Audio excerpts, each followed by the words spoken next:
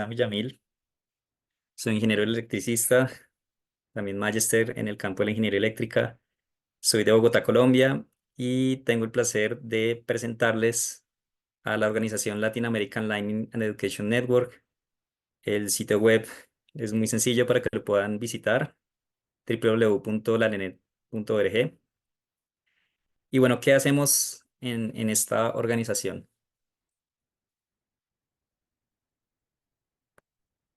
A la siguiente, por favor. Bien, somos relativamente nuevos como tal en el registro de la ONG, pero hemos venido trabajando ya varios años para poder consolidar una organización que permita lo que se indica en la lámina. Nuestra meta es reducir las muertes y lesiones y daños a la propiedad causados por rayos, ¿cierto? Pero nuestro enfoque es poder alcanzar esas poblaciones, esas personas, estas estructuras en los lugares donde la instalación de sistemas de protección contra rayos tradicional no es posible ser realizada, ¿cierto? Y como lo dice ahí, la educación, la reingeniería de instalaciones existentes y todo en el marco de los estándares internacionales dentro de las normas. Entonces, por ejemplo, las imágenes que ustedes ven ahí son un ejemplo de las estructuras que tenemos el objetivo de poder implementar sistemas de protección y en especial en los lugares donde hay alta actividad atmosférica y donde se han registrado reportes de lesiones o muertes por rayos, como por ejemplo el que vamos a ver a continuación.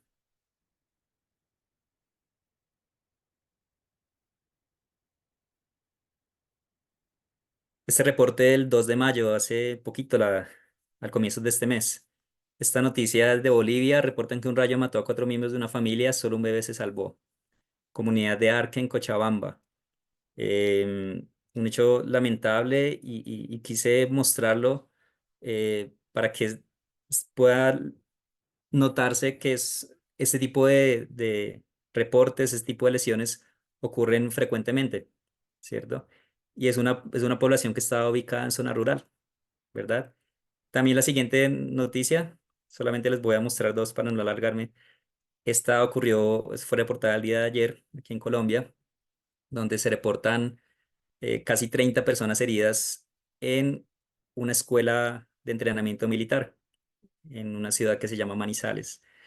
Y miren la frase con la que se comparte la noticia: no llovía cuando cayó el rayo. Entonces hay diversos factores que la población no conoce sobre las descargas eléctricas atmosféricas, la población más vulnerable en muchas ocasiones que la población rural. Entonces, como organización, un grupo de profesionales nos propusimos hacer algo al respecto. Y el pilar principal es la educación para la prevención. Aquí en Colombia desarrollamos y realizamos la publicación de un libro especializado, enfocado en cómo poder aplicar la educación para la prevención en la gestión del riesgo, ¿sí? Porque el riesgo por descargas eléctricas atmosféricas es un riesgo que generalmente no se gestiona en nuestros países. Y esto es algo que queremos transmitir a los demás países de la región, la educación como el pilar fundamental. Pero también tenemos otros frentes de trabajo que son los siguientes. También proyectos de protección en zonas rurales, poder realizar, como les decía al comienzo, la implementación de sistemas de protección contra rayos que no son los que típicamente se diseñan, porque básicamente esos sistemas se diseñan para las zonas urbanas, para edificaciones grandes, ¿cierto? No para esas casas típicas rústicas donde un gran porcentaje de la población rural habitan, ¿verdad?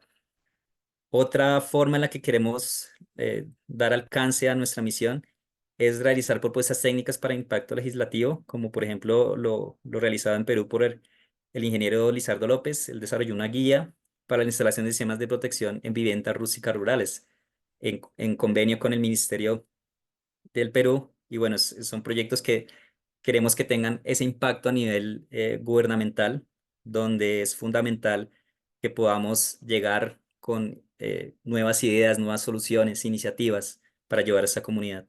Y también realizamos un trabajo de investigación para divulgación, como va a suceder en la Conferencia Internacional de Protección contra Rayos ICLP 2024, que este año es en Alemania.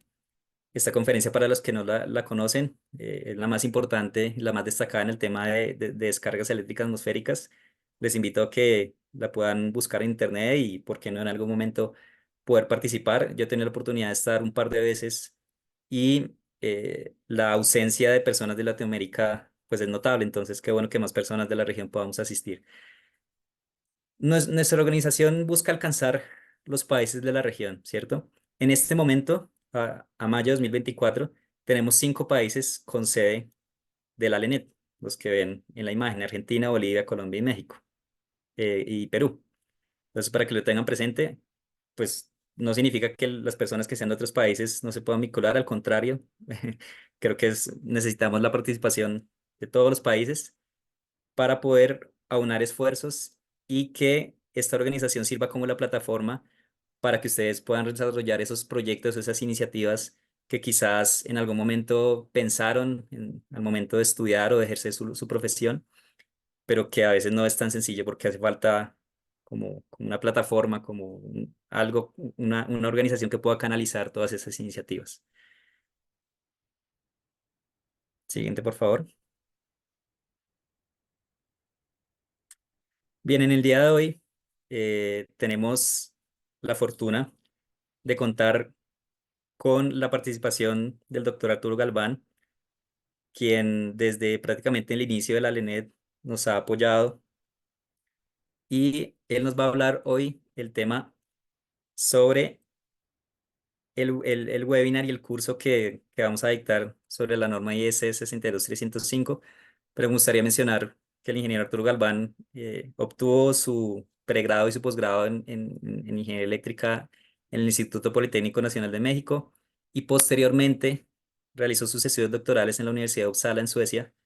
Es un programa de los más destacados y que ha formado a las personas más destacadas a nivel mundial en el tema de rayos, ¿cierto?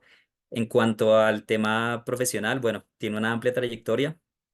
De 1986 a 2023 fue investigador del Instituto Nacional de Electricidad y Energías Limpias, líder en la especialidad de sistemas de puesta a tierra y sistemas de protección contra tormentas eléctricas. Amplia experiencia prestando servicios a entidades como la Comisión Federal de Electricidad, Petróleos Mexicanos, y más de 35 años en todo lo que tiene que ver con medición de parámetros del rayo, mediciones técnicas, reconocimiento a la excelencia profesional en el 2009 y Premio Nacional de Ingeniería 2021, ambos otorgados por la Federación de Colegios de Ingenieros Mecánicos, Electricistas y Electrónicos y ramas afines.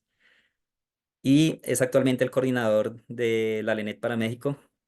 Entonces, muchas gracias, y también agradecer especialmente a Regira, empresa peruana, por todo su apoyo y por toda la organización de este webinar. Entonces, doctor Arturo, te doy la palabra y muchas gracias por estar con nosotros.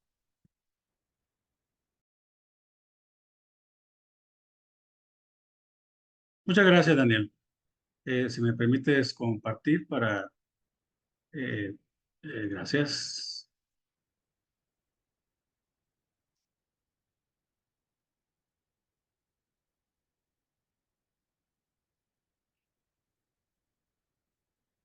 Sí, logran ver la presentación. Sí, señora, ahí se ve. Correcto, sí se ve. Perfecto. Pues buenas noches a todos. Muchísimas gracias por la introducción del ingeniero Daniel, el maestro Daniel Villamil. Eh, es un honor para mí estar con ustedes. Realmente es reconfortante saber, conocer el número de personas que nos acompañan de diferentes países, todos países hermanos. La idea es que, como lo dijo Daniel, eh, la protección contra tormentas eléctricas tiene que llegar a todo el mundo, especialmente a los más vulnerables. Normalmente son los de muy baja capacidad económica, tienen, viven, habitan en lugares a veces inhóspitos, muy alejados, precisamente por la actividad productiva que tienen. Y la idea de la red de capacitación y protección contra tormentas eléctricas a nivel latinoamericano es esa. La misión principal es educar Esto es parte de, y la idea, obviamente, al final es que se traduzcan en medidas muy prácticas que salven vidas. Esa es la idea, ¿no? Entonces, lo que se está promoviendo es un curso de protección bajo condiciones de tormentas eléctricas con base en la normatividad internacional. Obviamente hay muchas más fuentes de información, pero como en la presentación que nos mostró el ingeniero Daniel, la idea es que todo apoyo normativo tenga un reconocimiento internacional. Existen otras fuentes de información, como lo vamos a ver más adelante, pero todo esto gira alrededor de la norma internacional adoptado y adaptado por los países latinoamericanos para conformar su regulación local, su normatividad. ¿Sí? Las generalidades del curso, porque este simplemente es un webinar de presentación, de promoción, es un curso de 15 horas, no es muy largo, tampoco muy corto, con 5 sesiones de 3 horas cada una. Algo importante es que vamos a tratar de vincular, ¿no?, la parte teórica con la parte práctica conforme vayamos desarrollando los temas. La impartición, pues obviamente, por obvias razones, va a ser presencial a distancia, no virtual, y el costo de los cursos va a depender del país anfitrión. Ah, Más adelante, a partir del día de mañana, empezará a circular en sus respectivos países ya las condiciones para tomar el curso. Las fechas están indicadas, el 4, 7, 11, 13 y 18 de junio, a partir de las 7 de la tarde, hora Perú. Ok, ¿cuáles son los objetivos? ¿Sí? La idea es que, a pesar de que las normas tienen una gran cantidad de cláusulas, criterios, vamos a ver primero, en los primeros dos temas, los conceptos técnicos básicos de protección, ¿sí? Eh, con base, obviamente, pues, en los criterios de la norma internacional. ¿Por qué? Porque cuando ustedes leen criterios, instrucciones, recomendaciones, la cláusula fulana, la regla 1520, etcétera, etcétera, pues están plasmados años de experiencia en un texto, en un párrafo. ¿De dónde viene ese concepto? Esa es la idea de esta parte, ¿no? Los conceptos técnicos básicos de protección. ¿Por qué la IEC dice tipo 1 para el sistema de puesta a tierra o tipo 2, ¿no? ¿Cuál es realmente el sentido de esos dos tipos? Por mencionar un ejemplo, ¿no? Y una vez, la idea, que ya que tengamos los conceptos, nos vamos a ir precisamente a esos criterios normativos con la idea de cumplirlos y excederlos. Recuerden, las normas de seguridad nos dan el mínimo necesario para sobrevivir, para trabajar, para operar adecuadamente. Pero eso no significa que no los podamos superar. Obviamente hay una curva de costo-beneficio que debemos respetar. Sin embargo, bajo condiciones muy especiales, los costos que se pueden elevar muchas veces son justificables por el beneficio que pueden otorgar. ¿Sí? Y la idea, pues obviamente, una vez que tengamos los conceptos técnicos, los criterios normativos, vamos a hacer uso de las mejores prácticas de ingeniería. Y aquí, pues nos vamos a apoyar con todos, ¿no?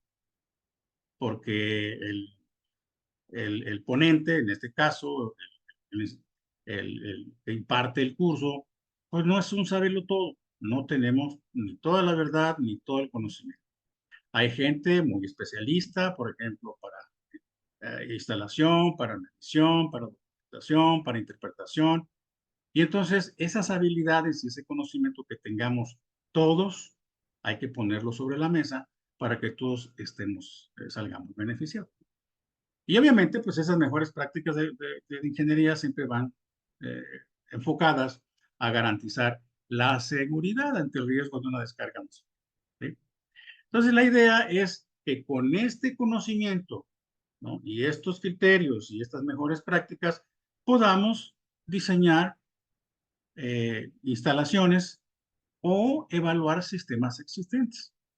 Ahí es en donde, vuelvo a repetir, vamos a hacer uso de la experiencia de cada uno de nosotros, de los que participan en el curso. ¿Cómo vamos a adquirir esos conocimientos y esos criterios? El conocimiento básico va a depender de los primeros dos temas, que es generalidades y conceptos básicos, y ahí nos vamos a dar cuenta qué es la descarga atmosférica y una vez conociéndola, vamos a tener la habilidad para poder contrarrestar sus efectos. La descarga eléctrica atmosférica es una de las fuentes que no podemos evitar. Si en un cuarto yo tengo un equipo vulnerable o sensible y en otro cuarto tengo un equipo que irradia electromagnetismo, campos electromagnéticos, pues yo tengo varias posibilidades para que el equipo víctima se pueda robustecer en su desempeño con base en esa fuente de excitación o esa fuente de ruido. Una es alejarlo, otra es quitar la fuente de ahí y la otra es robustecer el modo de acoplamiento. En el rayo no podemos quitar los rayos, no podemos mover la fuente. Entonces tenemos que irnos por los otros dos, ¿no? Robustecer la víctima, ¿sí? Y trabajar en los modos de acoplamiento. La fuente no la podemos evitar. ¿Ok? Y una vez que tengamos esos conceptos, nos vamos a ir a los 4 temas de la IEC, que son los 4 tomos, los 4 libros, ¿sí? De generalidades, evaluación de riesgo, protección de estructuras y personas y protección de sistemas eléctricos y electrónicos. ¿Sí? Pero también vamos a conocer qué otro tipo de normas existen. ¿Por qué? Porque esos pueden llegar a ser complementos de la IEC. ¿Sí? Ahora, dentro del curso, pues vamos a ir viendo, vamos a ir desarrollando las herramientas analíticas con el conocimiento, ¿sí? Su uso básico y la exploración, vamos a ir conociendo de tal manera que sepamos, conozcamos el potencial que tienen diversas esas herramientas analíticas para poder realizar los diseños.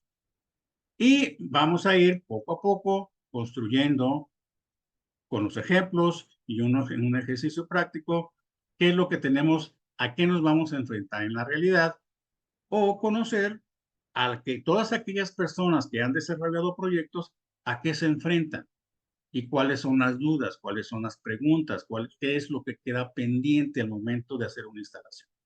¿Qué es lo que tenemos nosotros que tener en mente para garantizar la integridad física de las personas y la integridad física de las estructuras y equipos? ¿Sí? Eh, Obviamente el trabajo en equipo se da mucho en un curso presencial, pero el hecho de que no lo podamos hacer aquí no quiere decir que más adelante no se pueda dar un curso en específico, no tanto como conceptos básicos y criterios y prácticas de ingeniería, sino ya de aplicación específica para un cierto sector. Y eso se hace presencial y se realizan los ejercicios ad hoc, ¿no? Dependiendo de las necesidades. ¿Ok? ¿Cuál es la normatividad bajo estudio que vamos a escudriñar, que vamos a meternos a las entrañas? Es la IEC 62305 en sus 4 tomos en sus años 2010. Actualmente ya los 4 tomos están siendo trabajados para la versión 2024, pero obviamente no están publicados y tenemos que trabajar con las. Yo les comentaba, la primera son principios generales, que da un panorama general de todo lo que contienen las otras 3. La gestión de riesgo, para conocer cuál es el nivel de riesgo de una instalación, qué medidas tengo que tomar para reducir el daño físico a estructuras y personas, y finalmente, qué pasa con el interior de ese inmueble. Todos los inmuebles actualmente pues tienen un sistema eléctrico. Me refiero que tiene una cierta producción, que tiene un cierto trabajo, que tiene cierto efecto, ¿no? Y obviamente la automatización, el monitoreo, la transmisión de datos, videos, etcétera, a través de equipo electrónico sensible, pues hace que sus sistemas electrónicos pues estén muy vulnerables para la descarga, ¿no? Este es el panorama general. Vean ustedes, tenemos una instalación, ¿sí? Al lado derecho, que es alimentado por un sistema eléctrico que eventualmente puede convertirse en un sistema subterráneo. Y aquí le pongo modos de acoplamiento, ¿sí? Cuando en la IEC 62305 les llama fuentes de daño. Es una cuestión de semántica que lo vamos a ver dentro de la norma. ¿Por qué? Porque esos modos de acoplamiento son los que me generan los efectos sobre los puntos en donde o impacta el rayo o el campo electromagnético llega con fuerza. Uno de ellos es cuando el impacto se realiza en la línea de alimentación, sea telefónica, sea de voz y datos, sea eléctrica. Cuando el rayo pega sobre el edificio, cuando el rayo es entre nubes, los rayos entre nubes ya pueden lograr una molestia o una malfunción en todos esos edificios inteligentes que tienen un alto nivel de automatización. Y los rayos que caen cerca tanto de la línea de alimentación como del edificio protegido. Estos cuatro modos son los que se indican en las tablas de protección de la IS 68300. ¿Sí?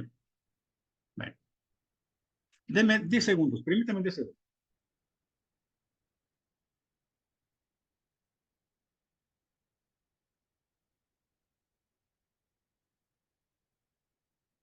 Ok, vamos con el tema número uno.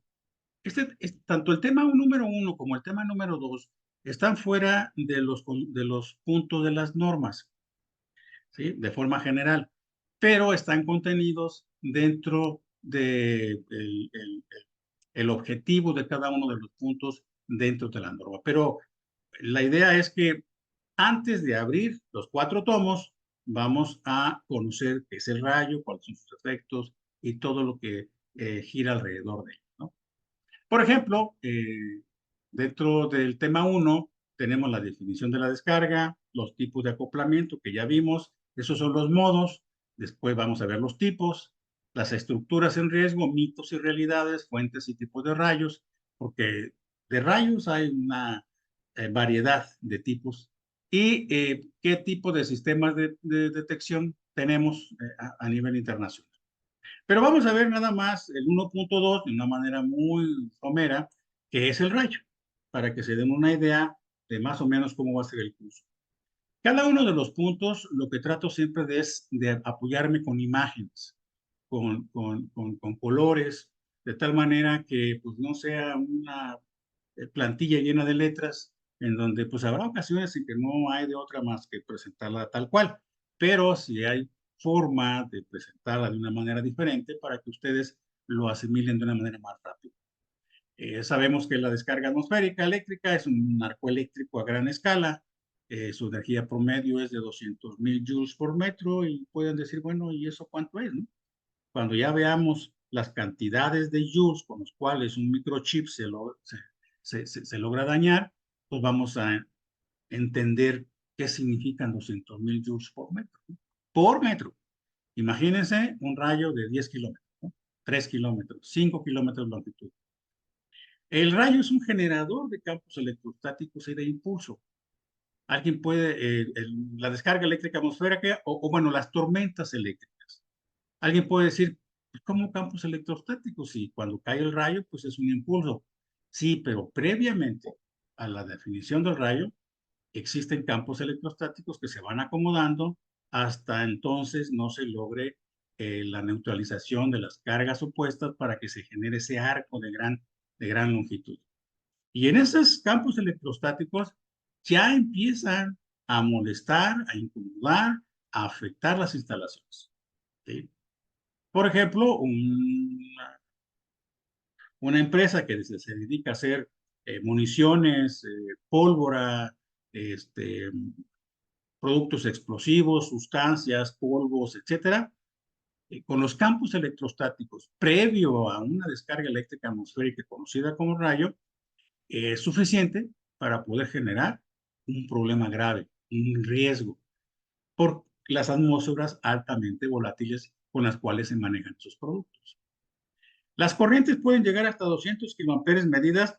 Por ahí verán que pueden llegar hasta 300 kiloamperes. Ya no importa, ya a ese nivel no importa si son 200 o 300. Simplemente es muchísimo y la idea es que podamos protegernos contra la muy baja probabilidad de que los 200 kiloamperes lleguen a circular por un conductor. Presiones acústicas de hasta 6 newton por metro cuadrado. Vamos a ver pues, hasta dónde podemos aguantar como personas. ¿Qué pasa si cae a 50 metros? ¿Qué pasa si cae a 30? ¿Qué pasa si cae a 20 metros de mí? Esas presiones acústicas, pues por lo menos me marean, me sacan de balance y voy a estar inconsciente por lo menos algunos minutos, ¿no? ¿Y por qué es tan importante la parte de los impulsos? Porque su forma de onda, como podemos ver la curva roja, a partir de donde dice zona rápida, crece muy rápidamente. Eso genera grandes condiciones de campos electromagnéticos muy intensos que afectan a cualquier elemento metálico que esté cerca de él, ¿no? Un conductor, una estructura, una escalera, un barandal, etcétera, etcétera, ¿no? En donde se puedan inducir corrientes de rayo. ¿Ok? Vámonos al tema 2, que es los conceptos básicos. ¿Qué es el rayo? ¿Cómo se forma? ¿Por qué es tan importante protegernos contra él?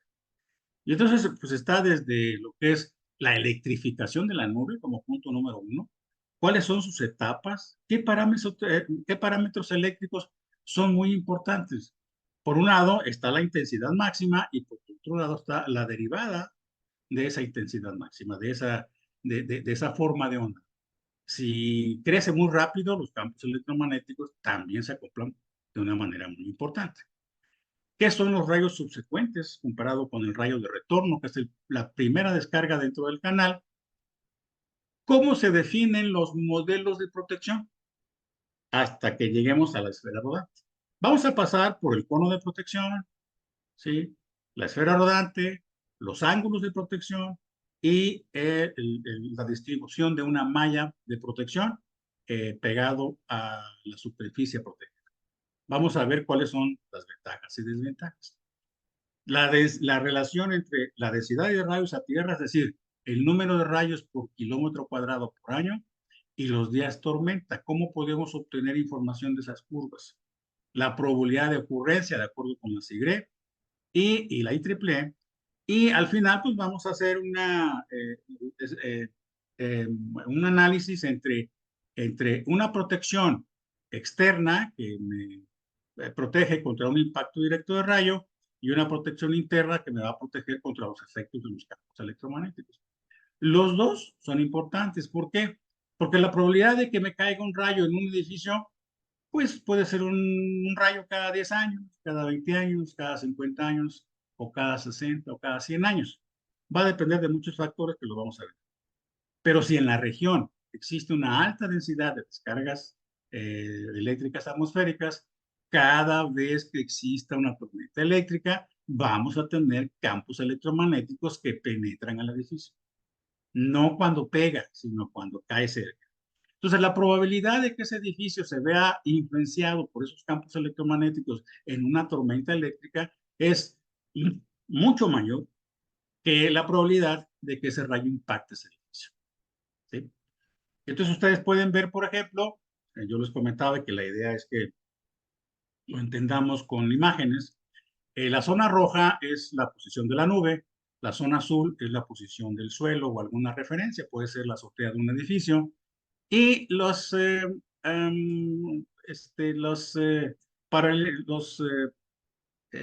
terminales que se ven aquí de color amarillo, una corta del lado izquierdo, una media en la parte media y una muy alta en la parte derecha, su posición en ese entorno electromagnético, más que electromagnético, electrostático de la nube con respecto al suelo antes de que la corriente de rayos se presente o durante su desarrollo a tierra, vean ustedes en la parte superior de cada una de estas terminales van a ver una concentración de campo eléctrico. Y entre más alto existe una concentración mayor. Eso quiere decir que está más predispuesto a ser golpeado por una descarga que vaya bajando que una terminal aérea que esté muy pegadita al suelo, en donde la concentración de campo eléctrico en su parte superior no es tan alta como la terminal más grande, ¿no? Entonces, ¿qué repercusión tiene? ¿Cómo vinculamos este fenómeno con la protección de una terminal aérea de intercepción? ¿Sí? Lo que se conoce comúnmente como pararrayos. Esa vinculación la vamos a ver con detalle en estos dos temas. ¿Sí? Bueno, vamos a ver ya una vez que tengamos esa información, las generalidades, el conocimiento básico de la descarga, etcétera, ya podemos entrar a los libros de la IS 62305. ¿Sí? Si nos vamos a principios generales, dice que proporciona los principios generales a seguir para la protección de estructura contra rayos, incluidas sus instalaciones, contenidos y las personas. ¿Sí? Y aunque menciona que estos sistemas están fuera del alcance de la norma, todos los conceptos que se vierten de los 4 tomos aplican a esos sistemas. La nota es muy importante. Estos sistemas suelen estar sujetos a regulaciones especiales elaboradas por varias autoridades especializadas. Entonces, eso normalmente lo toma como responsabilidad la regulación local de cada país, por sus características muy propias, ¿no? ¿Sí? Sin embargo, todos los conceptos y criterios emanados de la IEC se pueden aplicar a estos sistemas sin ningún problema. ¿Okay? Bueno, vamos a ver bueno, eh, el contenido de este libro, el 1, pues está del 3.1 al 3.11.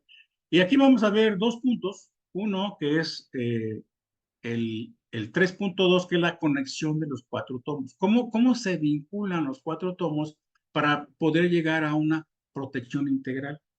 Y si ustedes pueden ver en la parte superior es simplemente las generalidades. El tomo 2 es la evaluación de riesgo, es decir, en qué nivel de riesgo se encuentra mi instalación.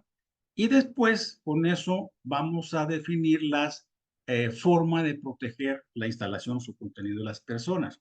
Vean ustedes que el número 3 son el Lightning Protection System, es decir, el sistema propio que me va a garantizar un blindaje contra un impacto directo. ¿Sí? Y el segundo, el número 4, ¿no? Que son las Protection Measures, es decir, las medidas de protección del sistema para evitar daños al interior y daños en las personas. Entonces, por un lado son los elementos de protección contra impacto directo que también intervienen la única y potencial, y por el otro son los sistemas eléctricos y electrónicos que son los más vulnerables desde el punto de vista electromagnético dentro de la instalación. Entonces, combinando los dos, tenemos la protección integral. ¿Sí? Vamos a ver los criterios básicos de protección que menciona el tomo número 1. ¿Sí? Y por un lado, ¿sí? Tenemos las zonas de protección definidas por los elementos de protección, normalmente contra impacto directo. Vean el dibujo. Tenemos un inmueble en donde el número 2 es el sistema externo. ¿Sí? El número 1 pues, es la estructura. La número 3 es por donde va a circular la corriente de rayo una vez que impacte al sistema de puesta a tierra, que es el número 4. Vean que aquí todo está hacia afuera. Nada más tiene una zona, un Level Protection Zone 1 al interior y un Level Protection Zone, una zona de protección 0. 0A es donde impacta el rayo y la 0B es inmediatamente después del volumen de protección. Es en esos dos, como dice del lado derecho, LPZ 0A, 0B y 1. En el 0A y en el 0B tenemos grandes cantidades de corriente de rayo. Ya en la zona 1, por el blindaje electromagnético natural del edificio, sí, obviamente siendo de concreto armado o de acero estructural, porque si es de cartón, pues obviamente que no sirve de nada, ¿no? Y ese es uno de los problemas en las viviendas, ¿no? De la gente vulnerable que vive en lugares muy apartados. No tienen ninguna protección. Cae un rayo en el techito y se forman grandes potenciales en el suelo y obviamente la gente pues sufre. Puede morir por electrocución, como vimos en una de las fotografías que mostró el ingeniero Daniel, ¿no? Ahora bien, si hablamos de zonas de protección, por las medidas de protección, vean ustedes aquí que ya entra en escena el Source Protected Device o el dispositivo de protección contra sobre transitorios y ya tenemos niveles más finos hacia el interior del edificio. El LPZ2, por ejemplo, puede ser un cuarto de control dentro de un laboratorio, dentro de un edificio de concreto armado. Entonces, todo eso, ¿sí? Conforman las medidas de protección, unión equipotencial, niveles de protección y el sistema de puesta a tierra y los supresores. Eso lo vamos a ver con mucho detalle en el curso. ¿Sí? Vamos a ver el tomo número 2, que es la gestión de riesgo. ¿Por qué es importante la gestión de riesgo? Porque la gestión de riesgo nos puede decir qué tan vulnerable se encuentra la instalación para que nos defina la magnitud de las medidas que yo quiero implementar. Pero la misma norma nos dice, ustedes pueden saltarse la gestión de riesgo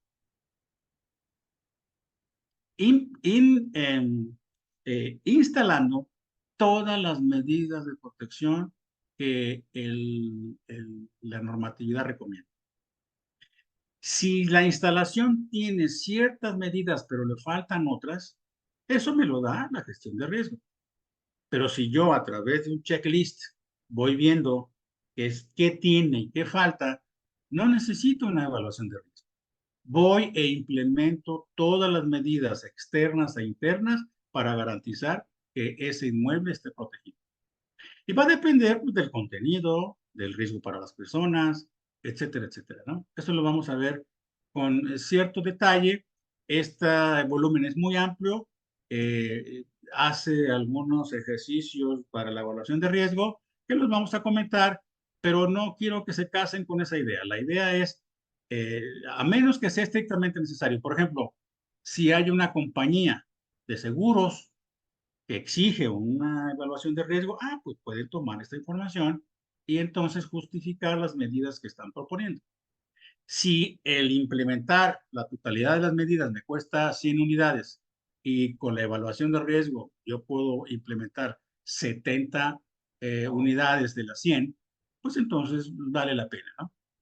Pero si yo quiero desde un principio implementar todo de forma completa, sin saber si tengo o no protección y además pues, no sé en qué estado se encuentre, pues me voy a de 100 unidades, ¿no? Eso lo vamos a ver más adelante. ¿Sí? Por ejemplo, uno de los elementos muy importantes para la evaluación de riesgo contra impacto directo es la superficie de probabilidad de impacto, ¿sí? Que va a depender del largo, ancho, es decir, dimensiones del inmueble y su altura. Y para la IEC, la zona de influencia son 3 veces la altura. Hay normas que se van a 5, hay normas que se van a 2 veces. Entonces, por un lado puede ser muy pequeño o por otro lado puede ser muy grande, ¿no? La norma internacional se va a 3 veces la altura como zona de influencia del rayo. Quiere decir que si el rayo cae directamente sobre la instalación, pues va a pegar en la instalación. Pero si cae sobre un costado y está a 3 veces la instalación, lo que lo que probablemente suceda es que pegue en tierra o en el suelo. Conforme se va acercando, la curva va aumentando, va siendo más alta hasta llegar a la zona del techo, ¿no? Eso es lo que quiere decir la zona de influencia. ¿Okay? Bueno, pero ¿qué pasa? Por ejemplo, hay otros casos en donde si el edificio P es el que quiero proteger y existen edificios cercanos, pues la zona de influencia, ¿sí? O el área probable de impacto para ese edificio de interés, que es el edificio P, se ve reducido porque los otros dos le van a quitar esa probabilidad por su propia zona de influencia. ¿Sí? Y entonces el dibujo se ve pues, del lado derecho, ¿no? De tal manera que esa zona de influencia natural del edificio P pues va a ser mucho menor que si estuviera solo, si estuviera aislado. Entonces recuerden, una instalación que está sobre un cerro, una montaña con alta densidad de descargas atmosféricas y que está aislado, no tienen, como por ejemplo las torres de telecomunicaciones, son muy propensas a que les impacte el rayo. ¿Sí? Ahí se debe de tomar pues, medidas muy, muy específicas.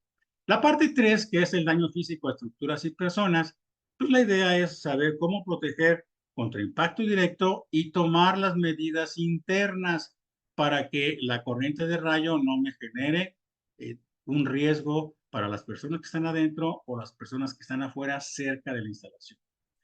Recuerden, una terminal aérea de intercepción, que se le conoce comúnmente como pararrayo, su objetivo es ofrecer un punto de impacto para el rayo que de otra manera impactaría la instalación. Si el rayo se va por un camino de incertidumbre, es decir, no sabemos por dónde va a brincar porque no tiene un camino exprofeso, pues obviamente que va a generar grandes cantidades de potencial, ¿sí?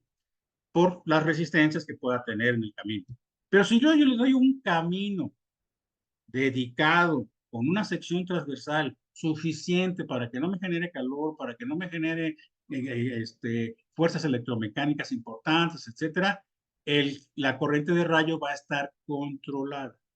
Entonces, nuestra obligación es controlar esa corriente de rayo para que se vaya a un volumen que es el suelo, ¿sí? Y que se disipe de una manera segura. ¿Sí?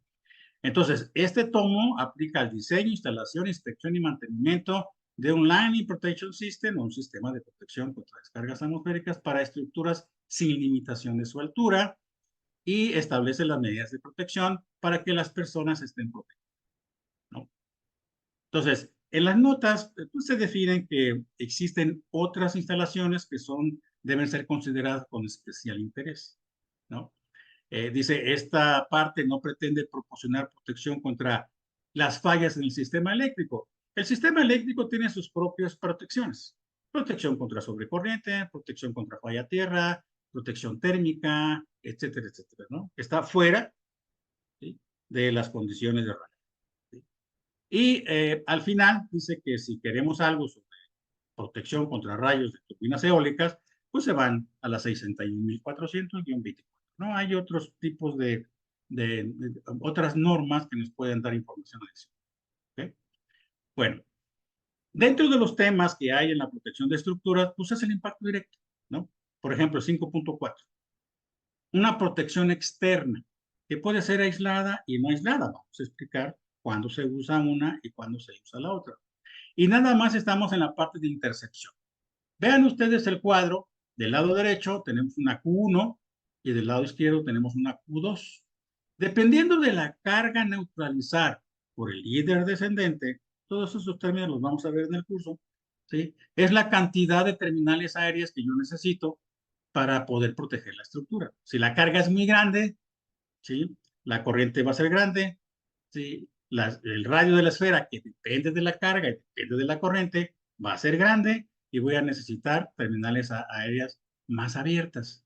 Pero si la carga es pequeña, entonces si la Q2 yo la pongo del lado derecho, en la parte de medio, puede fallar el sistema de protección.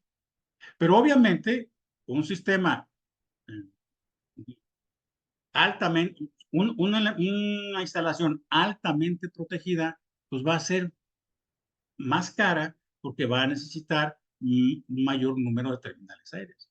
Entonces, ahí tiene que haber un balance en el costo-beneficio, ¿sí? Y el impacto que puede tener una falla de blindaje, una falla del sistema de protección, ¿sí? Pero bueno, aquí ya ustedes ya se van imaginando la relación entre la carga de la nube, ¿sí? Por ejemplo, los potenciales en la nube pueden llegar a 100 megavolts, 100 millones de volts, ¿sí? Y la carga es tan grande que la corriente del rayo se considera como una fuente de corriente. Es decir, en el punto donde impacte y la resistencia que tenga en todo el globo terráqueo, la corriente, ¿sí? Que emane de esa carga se va a inyectar al suelo. Eso es lo que hace una fuente de corriente, no importa en dónde se aplique. La corriente, si yo le aplico 10 amperes, va a circular 10 amperes. Si yo le pongo 10 kiloamperes, pues va a circular 10 kiloamperes. Y ya con base en la resistencia que ofrezca el elemento donde busca la corriente, son los potenciales. También lo vamos a ver con mucha calma. ¿Sí? Bueno, la parte 4. Vamos a ver la parte 4, que son sistemas eléctricos y electrónicos confinados en las estructuras, es decir, dentro de las estructuras. Por ejemplo, si hay equipo en torres de telecomunicaciones, esos están expuestos. Y entonces están en la zona LPZ0A o LPZ0B. Ya no están en la zona LPZ1 ni LPZ2 como están aquí en la parte 4. Y entonces aquí tenemos que considerar ciertas cosas como por ejemplo la unión equipotencial. La unión equipotencial es importantísima. Y esa unión equipotencial tiene que abarcar los sistemas de puesta a tierra de cada uno de los sistemas, eléctrico, electrónico, corriente directa, electrostático, etcétera, etcétera, ¿no? ¿Sí? Voz, datos, videos, fuerza, control, ¿sí? Vamos a recomendar cómo se tienen que instalar esos sistemas para evitar diferencias de potencia. ¿Sí?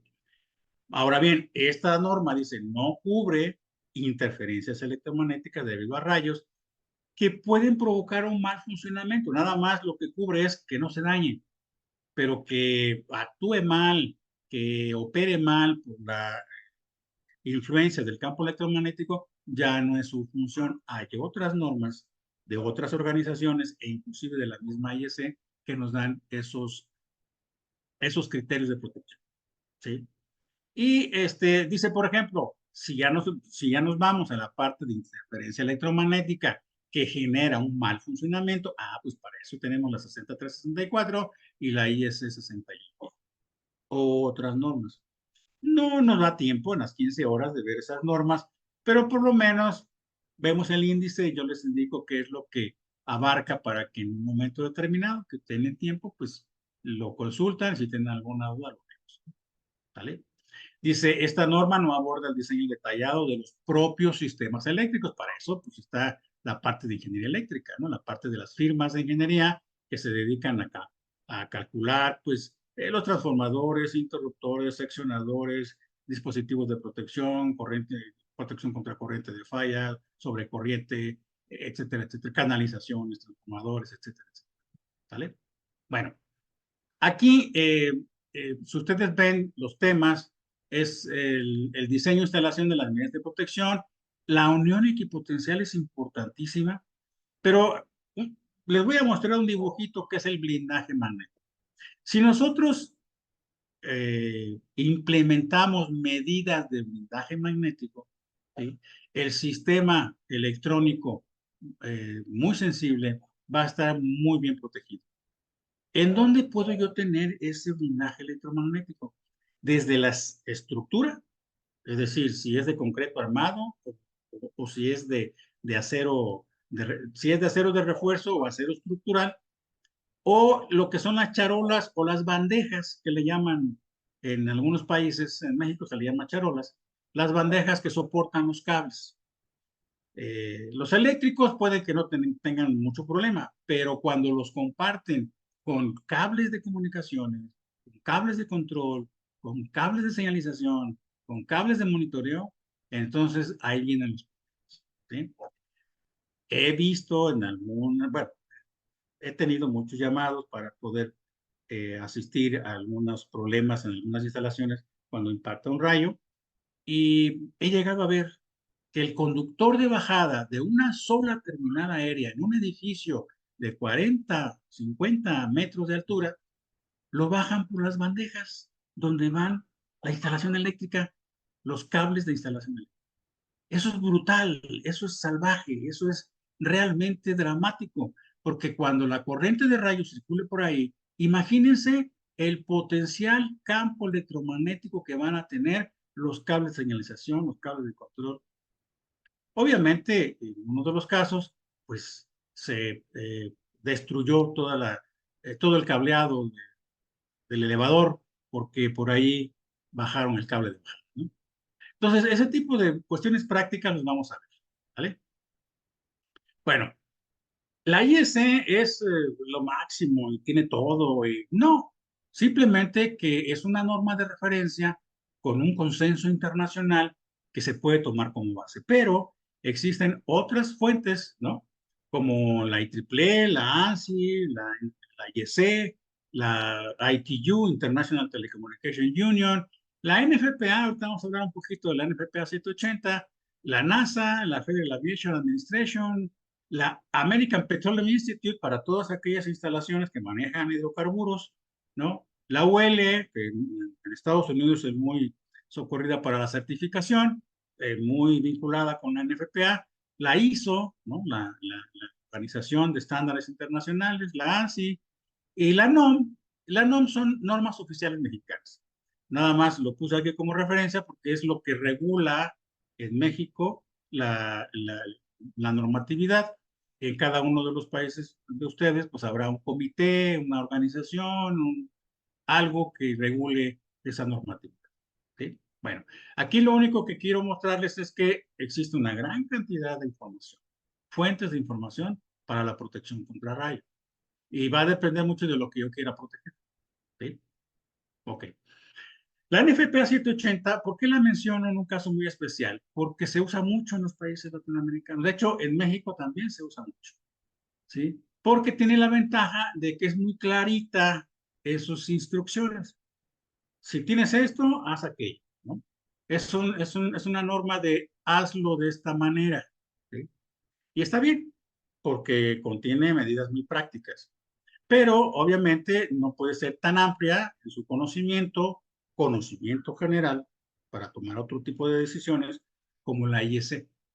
Entonces, la IEC y la 780, desde mi punto de vista, y lo he platicado con los colegas de la ALENET, se complementan, ¿no? Y en uno de los artículos que estamos proponiendo, estamos esperando ya la aceptación final en la ICLP, la International Conference Line Potential de Alemania, estamos proponiendo pues que haya un esfuerzo para que entre los dos criterios se haga uno solo y tener una norma bastante eh, buena, bastante confiable. Las dos son confiables, pero que tengamos las dos vertientes, ¿no? La parte de mucho conocimiento y la parte de mucha practicidad, ¿no? Ok. Si ustedes se fijaron en el título, dice protección contra tormentas eléctricas. ¿Por qué tormentas eléctricas? Déjenme explicarlo de esta manera. La nube cumulonimbus, que es la que conocemos, la que por convección, ¿no? El aire caliente sube a capas más frías de la atmósfera, ese vapor de agua se condensa, eventualmente se convierten en gotas de agua súper fría, esas pueden seguir subiendo y se forman copos de nieve con una cierta carga eléctrica y las gotas de agua superfrías que quedan en medio, dos tercios, caen y generan eventualmente la lluvia. Esa es una teoría de cómo se genera la carga en la nube. Hay varias, pero esta es la más consensuada a nivel eléctrico, porque hay también a nivel físico, ¿no? Este, donde los físicos también están interesados en esa parte de la nube. ¿Sí? Y obviamente son lo que conocemos, y ustedes pueden ver aquí, ¿no? Si se van a la mitad de la nube, tenemos un rayito en medio o un rayo de la parte baja hacia tierra. Vamos a ver los tipos de rayos, que estos son una más alta. Pero no son las únicas fuentes de rayos o de descargas eléctricas atmosféricas. Cuando se generan tornados, también generan descargas eléctricas atmosféricas. Cuando se existen tormentas de arena, también se forman descargas eléctricas atmosféricas. Cuando hay la erupción de un volcán, también se generan descargas eléctricas atmosféricas. Y cuando existe una explosión nuclear, también se generan descargas eléctricas atmosféricas. ¿Cuál es el elemento común en todas ellas? La fricción entre partículas, que genera cargas opuestas. Obviamente, en un tornado, una tormenta de arena, la erupción de un volcán o una explosión nuclear, no nos vamos a preocupar por los rayos, ¿verdad? porque los efectos del fenómeno en sí, pues es mucho más devastador que las descargas que se generan. Pero la nube de tormenta no es la única. Y si estas condiciones de otros fenómenos me generan un campo electromagnético o electrostático alrededor de mi instalación que me pueda generar un problema, si yo lo protejo contra tormentas eléctricas, estoy protegido contra cualquier fuente, ¿sí?, que genere una descarga eléctrica atmosférica de gran amplitud. ¿Okay? Entonces, si ustedes buscan en las fuentes de información, dice, una tormenta eléctrica es una nube cumulonimbus que produce relámpagos y truenos por la diferencia de carga eléctrica. O sea, lo encajona a la nube cumulonimbus. ¿Por qué? Porque hay una gran cantidad de rayos. Es decir, es su materia prima, aunque existen otras fuentes. Eso es lo que me gustaría que se llevara, ¿no? ¿Vale? Ok. Les comentaba que durante el desarrollo de la temática vamos a ver algunos ejemplos, pero de la mano con los conceptos, ¿sí? Y vamos a ver el concepto de rayo vertical y rayo lateral u oblicuo, ¿no? Supóngase que se tiene una terminal aérea de intercepción con un objeto a proteger. ¿Hasta qué distancia de esa terminal aérea me va a dar protección antes de que el rayo impacte en el objeto a proteger? Entonces, si el rayo, por cuestión natural, por una canalización natural, se acerca a la punta de la terminal aérea, pues lo consideramos como un rayo vertical. Ese concepto se utiliza en la IEEE para la protección de líneas de transmisión, aunque no necesariamente el rayo puede caer en la línea de forma vertical, puede acercarse de forma lateral u oblicua. Pero si a eso le suman la probabilidad de generación, de impacto, de efecto, pues las líneas de transmisión nunca acabarían en sus estudios, ¿no? Entonces lo que hacen es, consideremos que el rayo le cae de forma vertical, ¿vale? Conforme el rayo, ¿sí?, la trayectoria del rayo va bajando alejada de la terminal aérea, se va generando una zona de influencia de tal manera que el campo eléctrico en la punta del rayo me va a generar condiciones de alta concentración de líneas equipotenciales. ¿Se acuerdan? Alta concentración de campo eléctrico que me puede generar a su vez un líder ascendente que va a tratar de alcanzar a la punta del rayo. Y conforme se vaya más a la derecha, la terminal aérea va perdiendo su potencial protección y el inmueble se va haciendo más vulnerable. La protección correctamente diseñada va a ser aquella que cuando el rayo se acerque al objeto a proteger, prefiera irse a tierra en lugar de pegar en ese inmueble. ¿Sí? Vamos a ver, vamos a desarrollar, vamos a utilizar las herramientas analíticas para ver hasta dónde puede llegar. ¿Sí? Esto no viene en la IEC. Eso yo se los voy a proporcionar con base en mi expertise y con base en eh, eh, eh, expresiones analíticas obtenidas de diferentes fuentes. ¿Sí? Después vamos a ver por qué la IEC no lo tiene como tal. ¿Sí? Bueno, y esa influencia que a nosotros acabamos de explicar, la podemos hacer como una línea. ¿Se acuerdan cuando hablábamos de gestión de riesgo que veíamos la altura del edificio, una línea a la derecha, 3 veces la altura, etcétera? Pues es algo similar. Es la zona de influencia de la terminal aérea de intercepción. ¿Sí? La idea es que esa línea esté por encima, pues, del objeto a proteger, para que cualquier rayo pegue en la terminal aérea o pegue en el suelo. ¿Sí? Y esta explicación que les acabo de dar, lo vamos a ir justificando con las ecuaciones. Esas ecuaciones me dan 7 perfiles. ¿Sí? Bueno, me dan 7 perfiles de protección que también se los voy a ofrecer, no viene en la IEC, pero me interesa que ustedes puedan tener un prediseño antes de rodar una esfera en un paquete gráfico. Porque no nada más es rodar la esfera y decir aquí lo pongo y ya lo pongo. No, sino es saber por qué lo voy a poner ahí y qué va a pasar si yo lo muevo tantito a la derecha, tantito a la izquierda. Un poco a la derecha, un poco a la izquierda.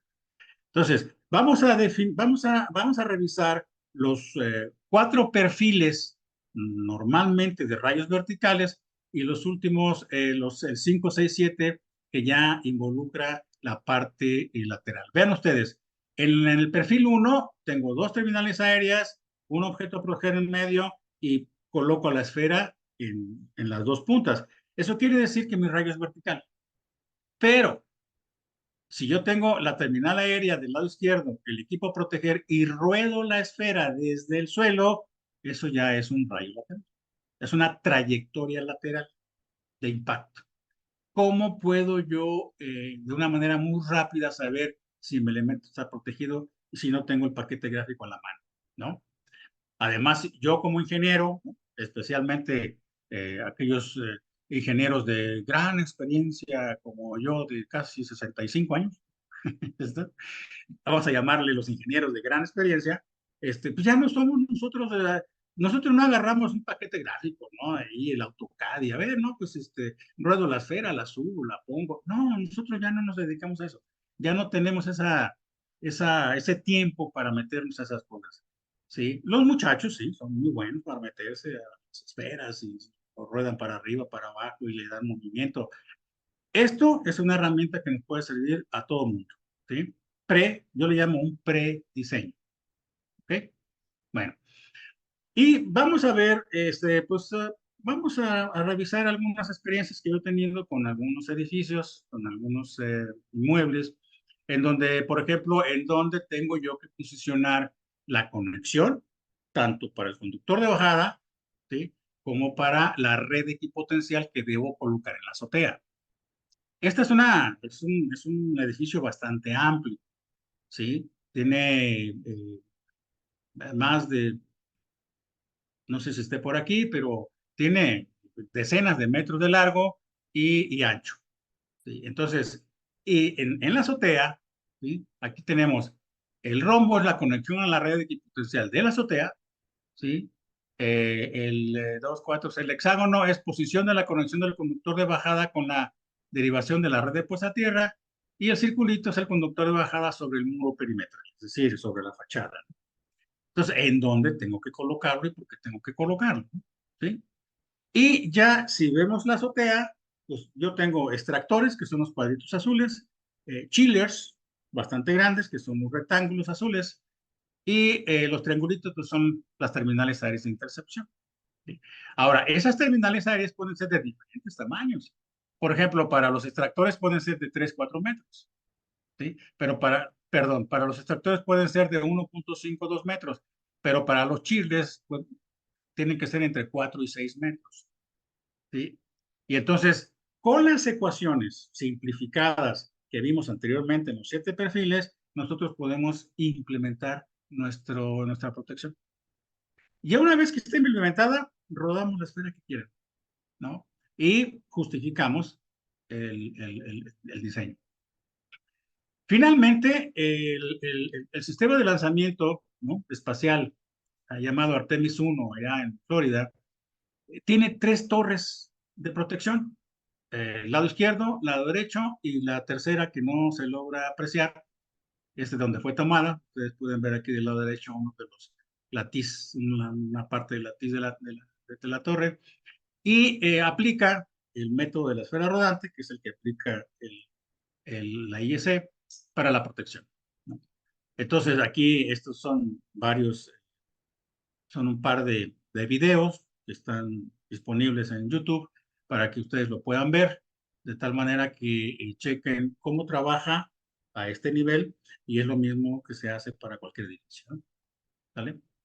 Bueno, nuevamente las generales del curso, jóvenes, 15 horas, 5 sesiones, 3 horas, va a incluir un ejercicio demostrativo, va a ser virtual, los costos va a ser por cada país anfitrión, las fechas y los cursos empiezan a partir de las 7 de la tarde o de la noche, hora Perú, ¿sí? Muchísimas gracias. La idea de esto es haberles informado sobre nuestra red, ¿no? Latinoamericana de protección contra rayo y educación. Eh, Están invitados para que nos puedan acompañar en esta noble labor para proteger a los más vulnerables, a los más desprotegidos, y para ello pues, necesitamos capacitarnos. Esta es una forma de hacerlo y yo espero que los costos en cada país estén acordes, obviamente lo platicamos, están acordes con las condiciones económicas de cada país, de tal manera que puedan acceder a este curso, que va a ser para mí un honor, lo daré con mucho corazón para poder establecer esa homogeneidad que necesitamos en la protección. Muchas gracias y quedo atento a sus preguntas.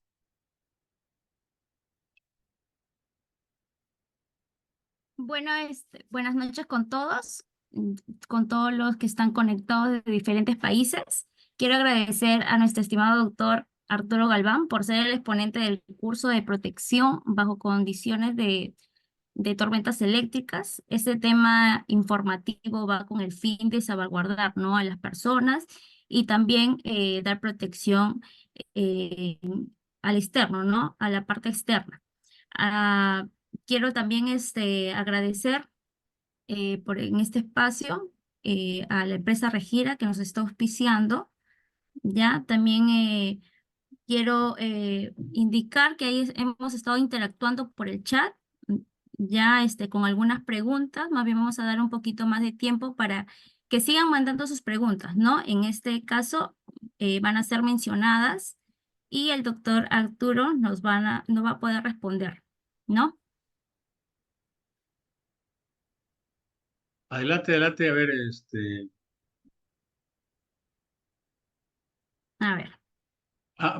aquí estoy viendo una pregunta, dice, ¿cuál es su opinión en relación a utilizar los dispositivos de protección contra rayos, los PDC o los ionizantes? ¿Es cierto que se utilizan en barcos o buques? Ese tipo de pararrayos se utilizan en todos lados, ¿no?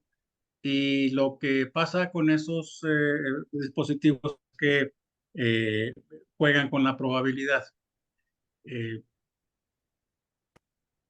su criterio de protección es exactamente el mismo que el método de la esfera rodante.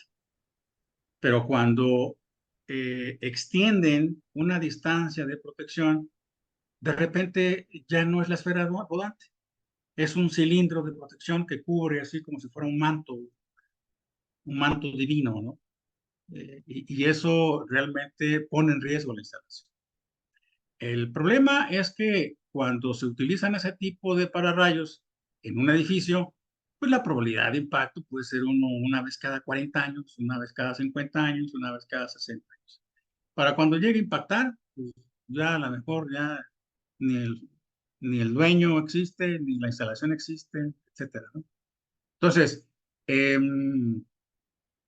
la infraestructura de un pararrayos tipo ionizante, al ser un elemento metálico que está por encima del objeto a proteger, da una zona de protección, definitivamente.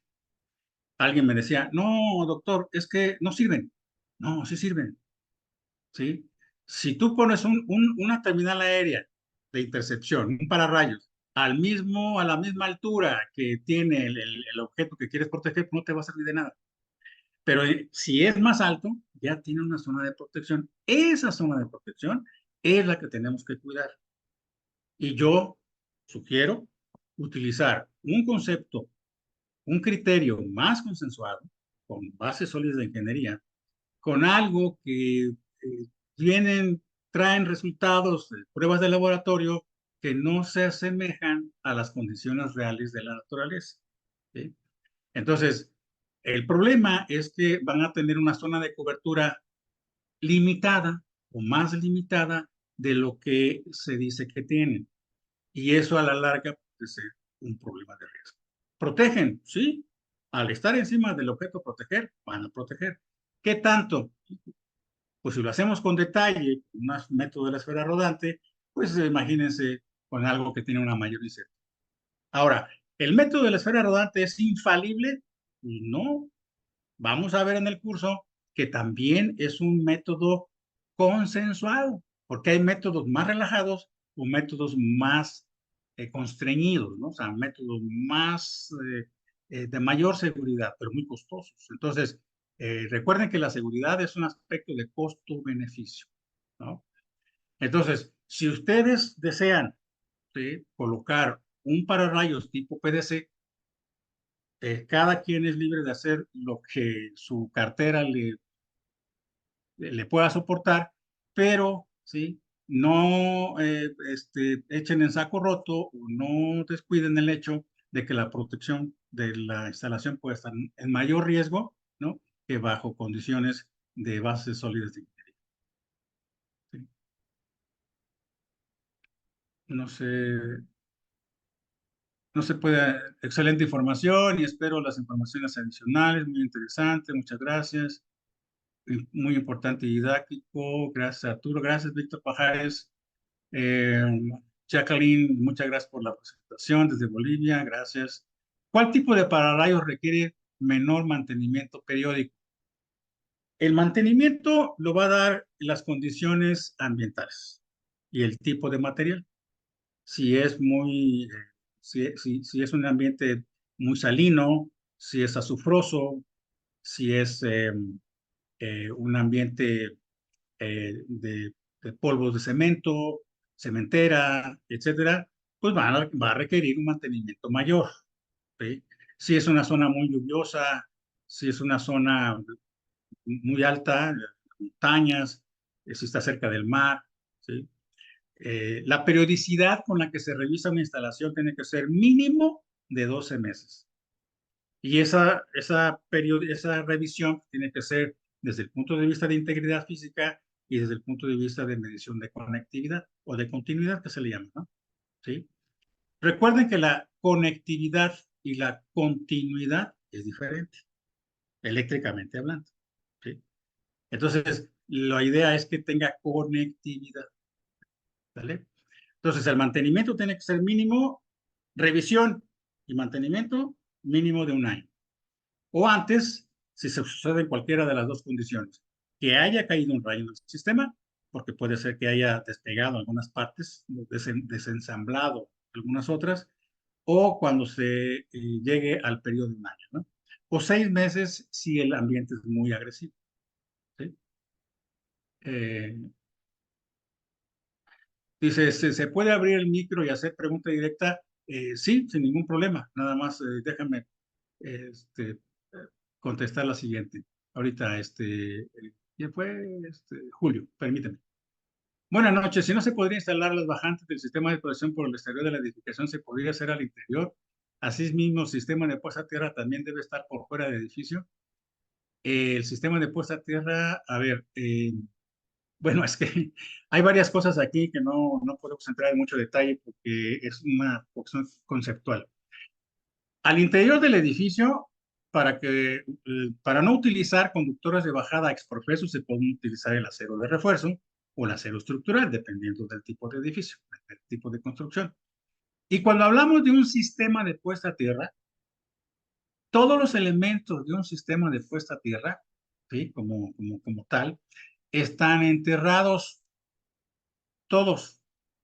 Los conductores que están por encima del sistema de la red que está enterrada, ¿sí? Puede formar parte del sistema de puesta a tierra, pero ya hace hace dos funciones, o unión equipotencial o conducción de corriente. Una corriente que circula por un conductor que está en el aire, es decir, por encima del suelo, ¿sí? Su resistencia o su pérdida de energía la va a definir la resistencia del conductor. Pero un conductor enterrado, desnudo, sin forro, directamente en contacto con el suelo, cuando se le inyecta una corriente, va a tener disipación en el suelo, que por eso necesitamos enterrar los conductores directamente en el suelo. ¿Sí? Entonces, no podemos hablar de un sistema de puesta a tierra pues, que vaya por las paredes del edificio, ¿no? Sino que esos son elementos equipotenciales que se conectan a la red que está enterrada, ¿no? Efectivamente, el sistema está compuesto de conductores aéreos o conductores enterrados, pero como tal, es decir, aquel conductor que está en contacto con el suelo para disipar la corriente, tiene que estar enterrado. Adelante, Julio, por favor, si abres tu micrófono y haces la pregunta. Julio Bernable.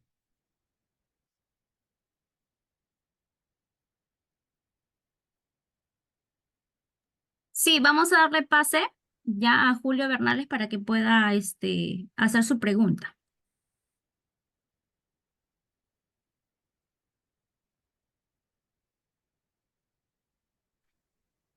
Buenas noches, ¿me escuchan?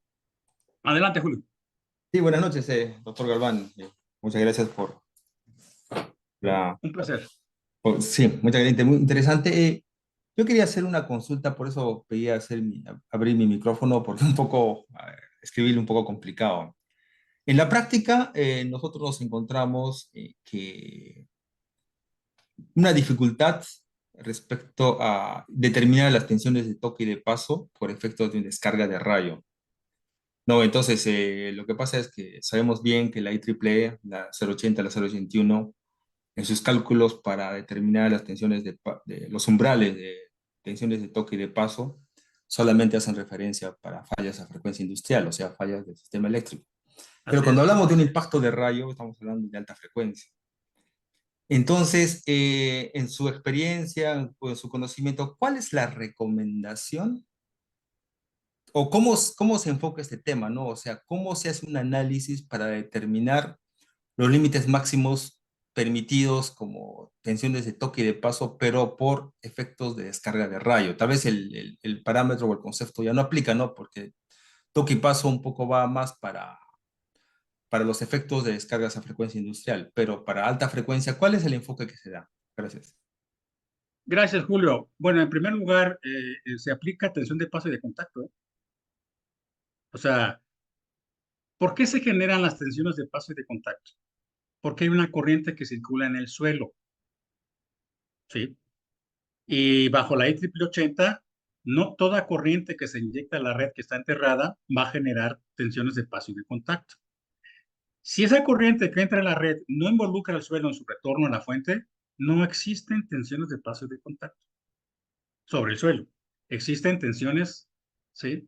Existen tensiones prospectivas, ¿sí? Que en algún momento, si tenemos oportunidad, lo podemos ver en alguna otra convivencia, ¿sí? Ahora, estimar los valores de tensión de paso y de contacto ante una corriente de rayo, pues es imposible. Por lo que las normas lo que hacen es recomendar medidas de protección. ¿Y cuáles son las medidas de protección? Son dos nada más. Una, aislamiento, y dos, unión equipotencial. Tienes que garantizar que la corriente cuando entre a un sistema, ¿sí? No tenga diferencias de potencial en el entorno del punto de interés o que el potencial que se genera, ¿sí? No llegue a la persona a través de un elemento aislante. Por eso en las subestaciones se recomienda la gravilla, ¿no? La piedra pequeña sobre el suelo. Eso es un aislamiento. Es una distancia en aire, ¿sí? Puesta por un sólido, que son las piedrillas, ¿no? Pero las tensiones de paso y de contacto existen, ¿eh? O sea, sin ninguna reserva. Pero no las podemos estimar como en un cálculo de cortocircuito o en un cálculo de corriente falla, frecuencia fundamental. Por eso todas las normas pues, básicamente dan medidas de protección. No sé si contesté a tu pregunta.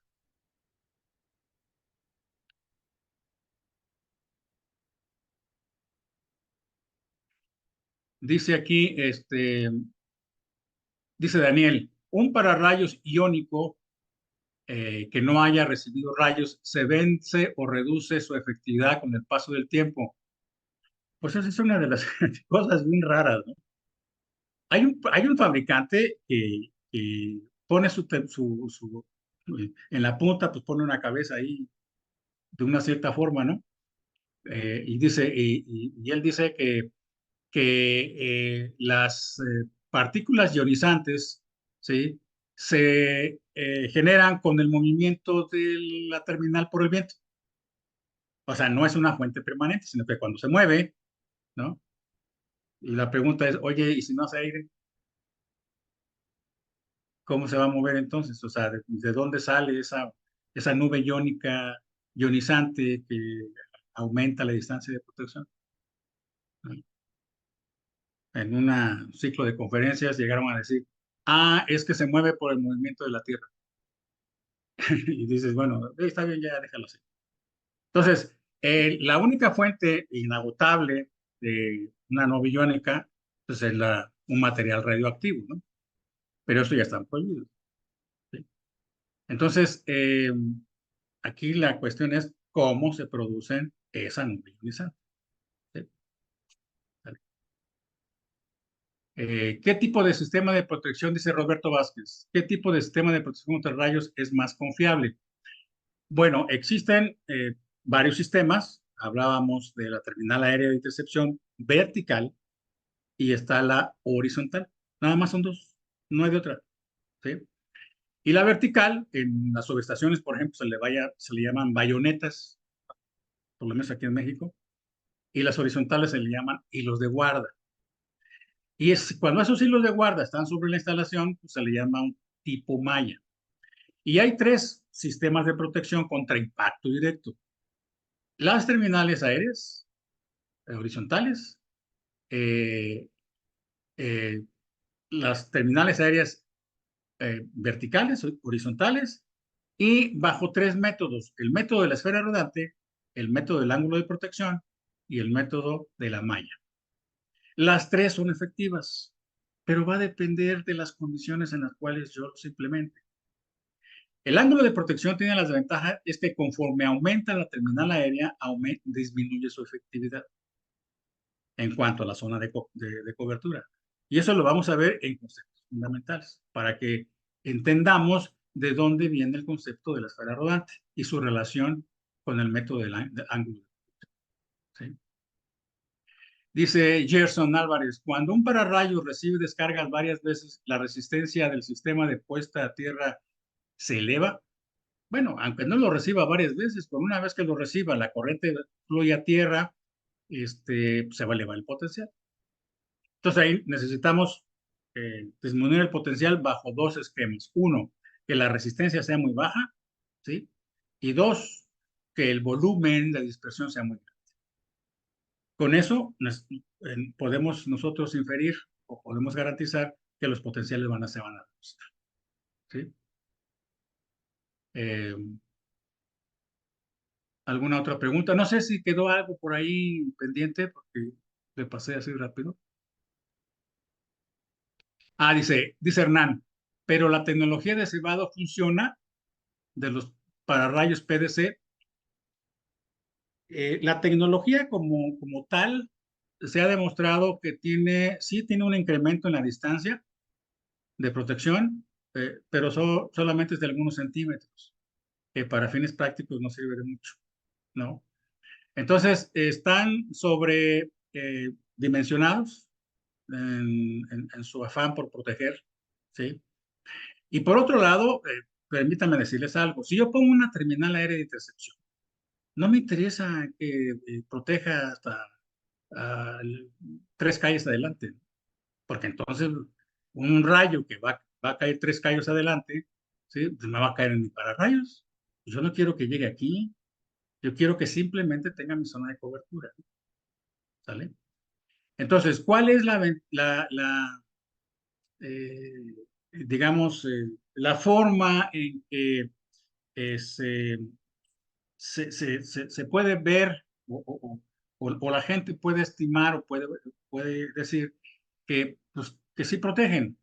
En una techumbre muy grande, en lugar de poner, digamos, 30 pararrayos convencionales para una cierta distancia, voy a poner 10 tipo PDC y los voy a distribuir de tal manera que las zonas de cobertura pues, van a ser más pequeñas desde el punto de vista convencional o muy grandes desde el punto de vista de PDC. Pero ¿qué pasa? Cuando yo pongo 10, las zonas desprotegidas disminuyen. Aunque es una zona de riesgo, ¿sí? El rayo tendrá que ser muy selectivo para caer entre las dos puntas, ¿sí? Que falle el blindaje.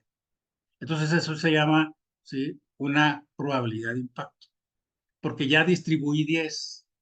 ¿Sí? Entonces eso no quiere decir que si una corriente de rayo de menor magnitud pueda fallar el blindaje. Claro que lo va a hacer fallar, Pero eso puede tomar 200 años o puede tomar 2 años. Entonces se juega con la probabilidad, ¿no? Bueno, hay dos mensajes nuevos. Andrés, gracias, excelente presentación, gracias. Daniel, Perdón, don yo creo que por Tristan, cuestión de tiempo vamos a responder las últimas dos preguntas brevemente para poder ir. ok, tú dime cuáles, a ver, las últimas dos, bueno, dice Julio Bernable, pero los PDC no están reconocidos por ninguna norma. Ah, es un punto muy interesante. Miren, la norma FC 17102, que es la francesa, es a partir de donde se comparan las pruebas, los resultados. Es una norma de producto, no es de funcionamiento ante condiciones normales de condiciones de rayo, ¿sí? Y no está emitida por un organismo tecnológico científico, sino es por un conglomerado de fabricantes, ¿sí? Esa es la diferencia, ¿sí? Una norma, la norma internacional, como reconoce.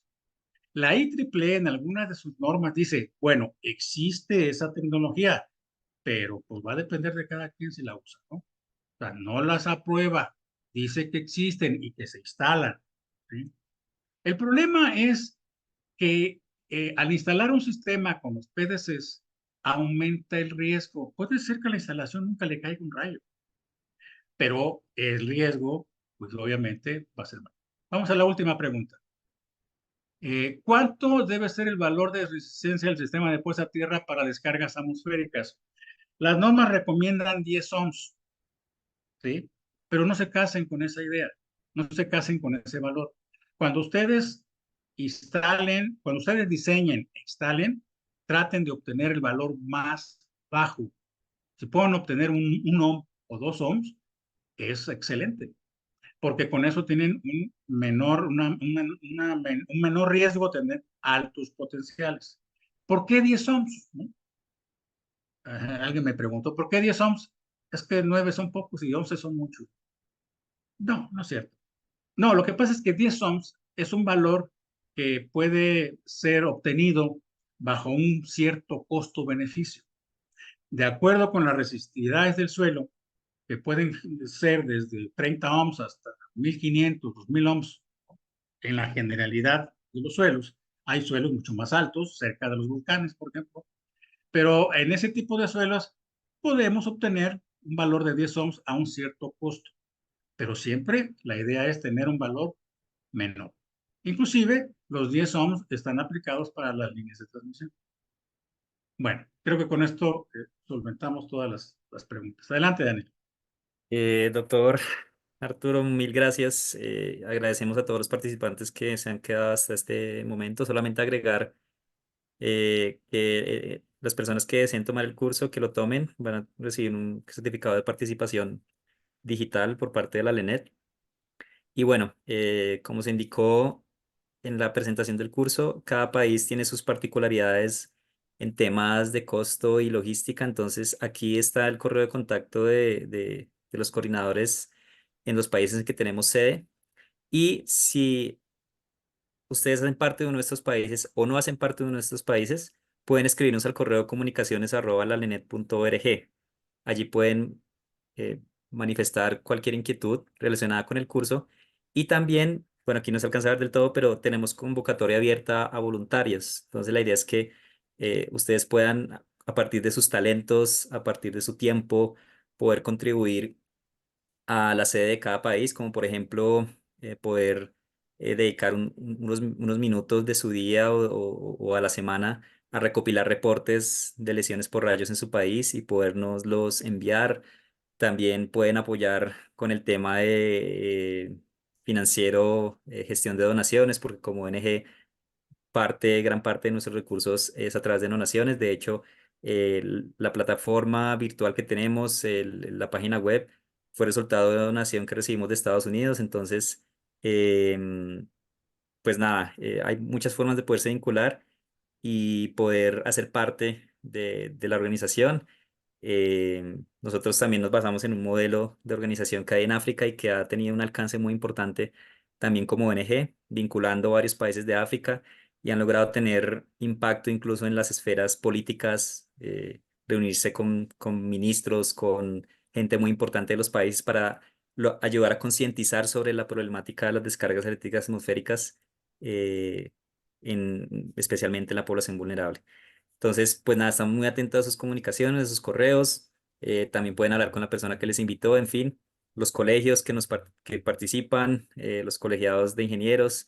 Muchas gracias a todos. Esperamos verles en una próxima ocasión y ojalá se animen a tomar el curso. Tenemos también, pueden preguntar por descuentos grupales, por descuentos por estudiante, en fin, pueden, por favor, hagan las preguntas que deseen. La idea es que nadie se quede por fuera y sobre todo podamos hacer crecer esta red Latin American Learning and Education Network para poder ayudar a las comunidades en nuestros países. Muchas gracias y que tengan una buena noche. El costo del curso, por favor, escribe porque depende de cada país. Digamos que quisimos diferenciarlo por la situación de cada país, entonces por eso es importante que si quieren saber el costo nos escriban a comunicaciones@lalenet.org y también al correo de cada coordinador de sede en caso de que su país esté ahí y si no, pues en el correo de comunicaciones podemos darles respuesta.